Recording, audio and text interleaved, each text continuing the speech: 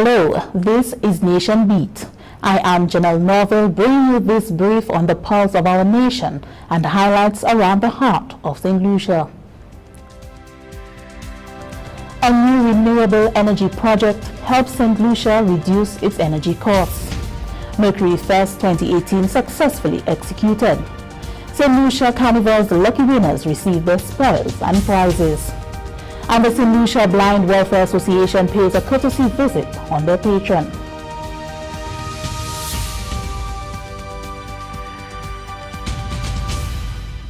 A $20 million utility-scale renewable energy project is a major achievement for St. Lucia.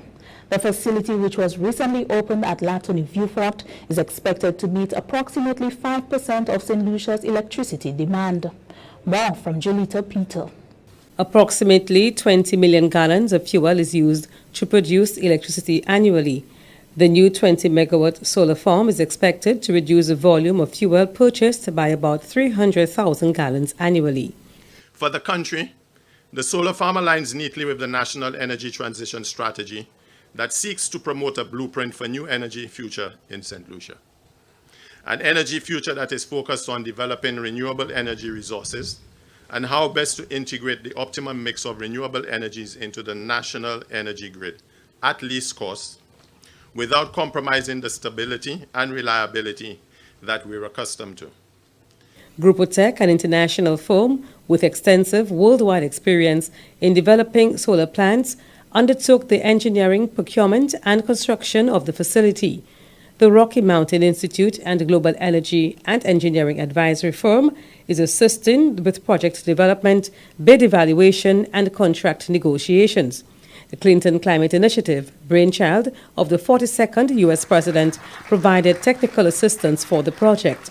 The foundation has been supporting the Caribbean in other areas, such as confronting HIV/AIDS in particular. I'm proud of my country.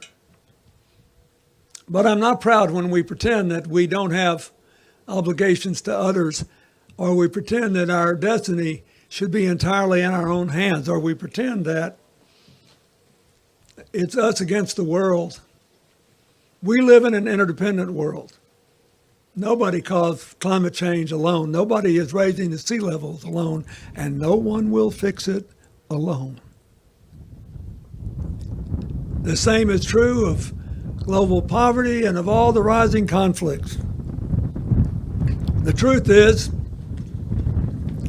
that the future lies in what I would call inclusive nationalism. Be proud of who you are and where you're from and what your roots are, and still know that diverse groups make better decisions than totally homogeneous ones. Construction of the solar farm began in November 2017, and it began feeding the grid in April this year.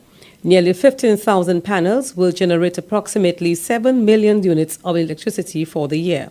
Approval of the National Energy Policy in 2010 provided some of the impetus for the integration of renewable energy.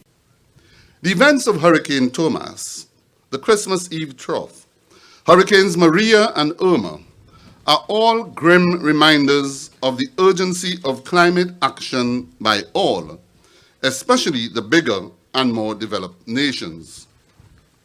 It is with these considerations in mind that successive governments have resolved to transform the island's energy sector to achieve greater energy efficiency, decrease dependency on fossil fuels, decrease greenhouse gas emissions, and greater indigenous renewable energy penetration to promote social and economic development with minimal harm to the natural environment. As I mentioned in my budget earlier this year, among the key areas of focus for this administration are building capacity in renewable energy and adapting to climate change. Many people may not understand the order of priority, but that 60% of our foreign exchange goes towards purchasing petroleum products. 60%. So think of having all that money, rather than being in reserve at the central bank, actually being in circulation in our economy, what the impact would be. Our price reliability. With renewable energy, we don't have to concern ourselves anymore about what the price of oil is. In fact, we can take that app off. I mean, it's something I have to look at every single morning as to what's happening to the price of oil, because it has such a large implication in terms of our future in our economy. Cost efficiency. We know and we're seeing that the technology is getting better and better. So every single year, the technology that we're using for renewable energies is improving in efficiency and therefore then reducing our cost. I'm very pleased that we are also on the plans for utilizing our geothermal resources.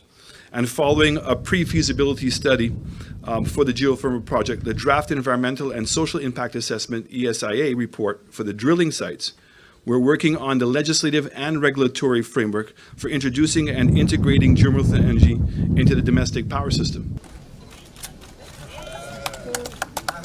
In more ways than one, the solar farm project will change St. Lucia's energy landscape significantly and provide the impetus for more renewable energy initiatives, particularly in achieving the goal of getting 35% electrical generation from renewable sources by 2020.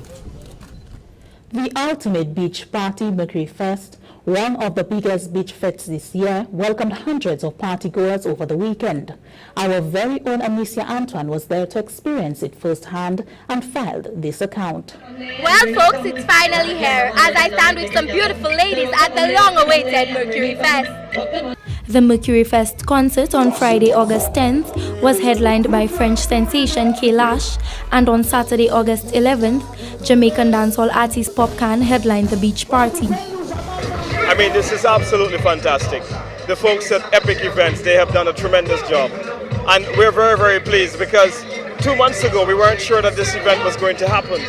So this is really coming from behind. You know, I'm really, really relieved for all the hoteliers that are doing so well. All of them are full. You know, they're able to hire more employees, and the supermarkets, they've had additional purchases, the restaurants. Rosalie, Friday night was a buzz last night. There are just a number of opportunities and benefits and, you know, spin-offs from this tremendous event. And I am extremely, very pleased and honored. And I can't tell you how elated I am. The minister expressed his gratitude toward the people of Martinique who supported the event. They came in droves. I mean, look behind me, there are so many boats. And as well, you know, there are so many people here. It's just incredible. I want to thank the people of Martinique for their loyalty and their love for St. Lucia. As you saw, a lot of local artists were involved this year, and again next year when this is happening again, even more will be involved. And we intend for this to be a St. Lucian and international experience so that we draw everyone to the island. In a festival like that, you would have the foreigners coming in and you know, there would not be too many acts, you know, in it. This year is a lot more. You know, you got Fidel, Shemi, J, Nerdy, you know, the Reckless Gang, everybody, Ricky, myself. So it's a different feeling. It's a better feeling. One of the biggest beach parties to have taken place at Pigeon Island in 2018, Mercury Fest, the ultimate beach party, welcomed hundreds of partygoers over the weekend. From the Government Information Service, I am Anicia Antoine reporting. The St. Lucian team for the 2018 Robot Olympics is putting the final touches on their robot, Eleonora, for the first global challenge in Mexico, carded for mid-August. Chris Sackney tells us more.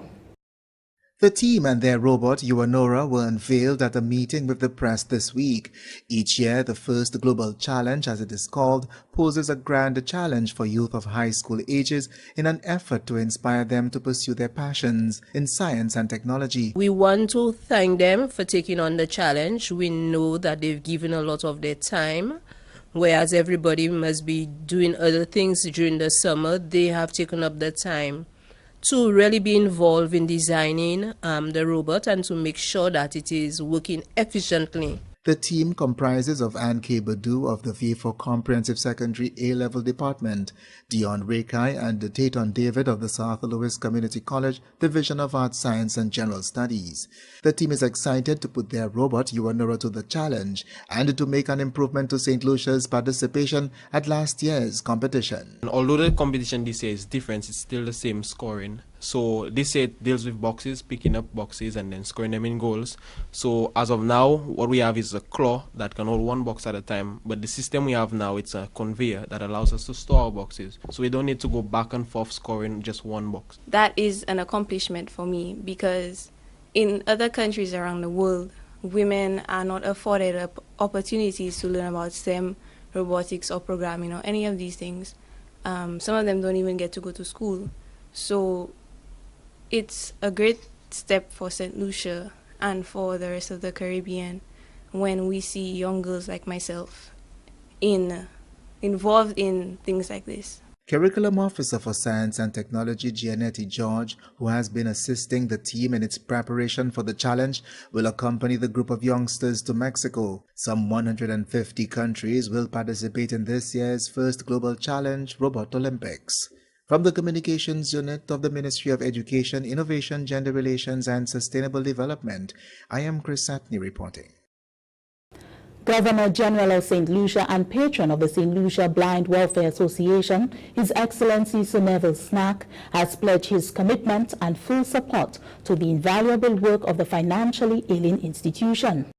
His Excellency is not totally green when it comes to the St. Lucia Blind Welfare Association because he remembered the formation days back in the 60s, going into the 70s. And there was quite a bit of reminiscing during the course of the discussion. and he did express a high level of passion and appreciation for the work of the St. Lucia Blind Welfare Association. As far as he's concerned, there is no question about the association need to continue providing the services not only at the level to which it had attained, but to be able to move to the next level. The association is also grateful to Corporate St. Lucia and the many individuals who have come to its assistance. And I must say that I'm surprised by the level of response by the general public, and not only by the monies that they have contributed, but the expression of support, inquiring as to the various ways that they can help. So this certainly has lifted my spirit. The Carnival Awards ceremony held last Thursday was a night of glitz and glamour, where the various awardees were recognized and presented with their prizes. Carnival 2018 was heralded as one of the best so far by organizers. This occasion tonight is really an appreciation of the hard work that all stakeholders have put into the Carnival product. Whether you're a winner or a participant, or sat on one committee or another, you are part of an association involved in crafting and executing our Carnival product, then tonight is an occasion to recognize and appreciate that. There's a lot of attention on St. Lucia Carnival from both internal and external sources, and a lot of energy is being expended as we speak in reviewing what transpired this year with a view to further improving our Carnival product for the enjoyment of all. Congratulations to all the participants in the various competitions. I think it takes a lot of courage to step into the competitive arena, followed by a lot of hard work and determination to stay the course. So congratulations, the 2018 Steel Pan champions, Quartz Babano Steel Orchestra. Hey, yes! Why somebody call away? Somebody call away. One to them there. Why. When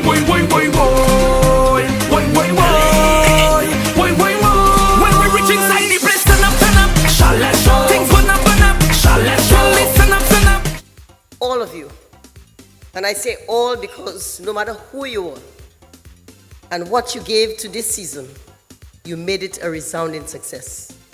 And every one of you deserve to be credited for that. Whether you're a spectator, an observer, a contributor, a janitor, whatever. You did. You made your contribution. And that is what it takes to make things successful in our society. And so I thank you, because our country could not have achieved this measure of success without the input of each of you. And I want you to take that home this evening, each of you. My government remains ever conscious that without a vision, a people perish. And so when we developed the Soleil brand, it was against the background that there are many indigenous events, many activities, many festivals in our society, and particularly our carnival, our major cultural showcase, that needed an investment to ensure greater levels of sustainability and opportunities for advancement for our people and our country at large. This has been Nation Beat. Till next time, I am Janelle Norville.